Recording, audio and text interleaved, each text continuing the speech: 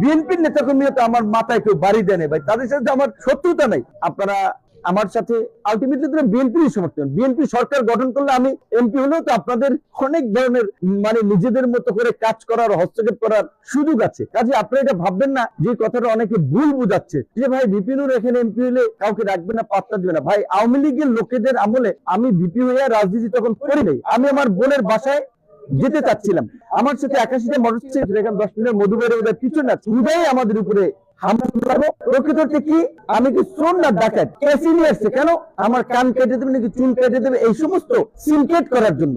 তারপরেও কিন্তু 5ই আগস্টের পরে যেটা বলছি, যদি মামলা দিতাম পুলিশ বাড়ি চালান দিয়ে বাড়ির মিস্ত্রিকে খুঁজে বের করতো, কিন্তু আমি কারো বিরুদ্ধে মামলা করিনি। অনেক লাঞ্ছিত দিয়েছে। আমার এই জুলাইয়ের মধ্যে আমার নির্দেশ দিয়েছে যে তার বাসায় আগুন দিয়ে দিতে, এরকম। তো আমার ইউনিয়নের চেয়ারম্যান বাবুল মুন্সি উনি বলছে আমরা এলাকায় থাকি, এগুলো আমরা করতে পারবো না, আপনারা এসে পারলে করেন। সেই সমস্ত লোক কারা আমরা জানি তো। প্রকৃত থেকে 5ই আগস্টের পরে তারাও আমার কাছে গিয়েছে, ভাই আমরা মাপ চাই, আপনি আমাদের প্রতি বিরাগ বদন। আমি বলছি ঠিক আছে ভাই, কারণ আপনি আমার মাথাটা বাড়ি দিয়েছেন, আপনার মাথায় বাড়ি দিলে তো আর আমার ওই কষ্টটা দূর হবে না। আমি মাফ করে দিচ্ছি সবাই। অন্তত এলাকায় এই ধরনের অসুস্থ রাজনীতি, প্রতিহিংসা রাজনীতি, এটা আমি করতে চাই না। আমাকে ডিবির পক্ষ থেকে বলা হয়েছিল যে আপনার এই যে ডিবিতে হেফাজতে নির্যাতন এই আইনে একটা মামলা করা। আমি একটা রাজনৈতিক নেতা, আমি মামলা করলে সেটা একটা ডকুমেন্ট হবে, যেমন কোর্টে আইনজীবীরা বলছে মাজদার হোসেন মামলা খুব আলোচিত ঘটনা, এরকম একটা রেফারেন্স হবে।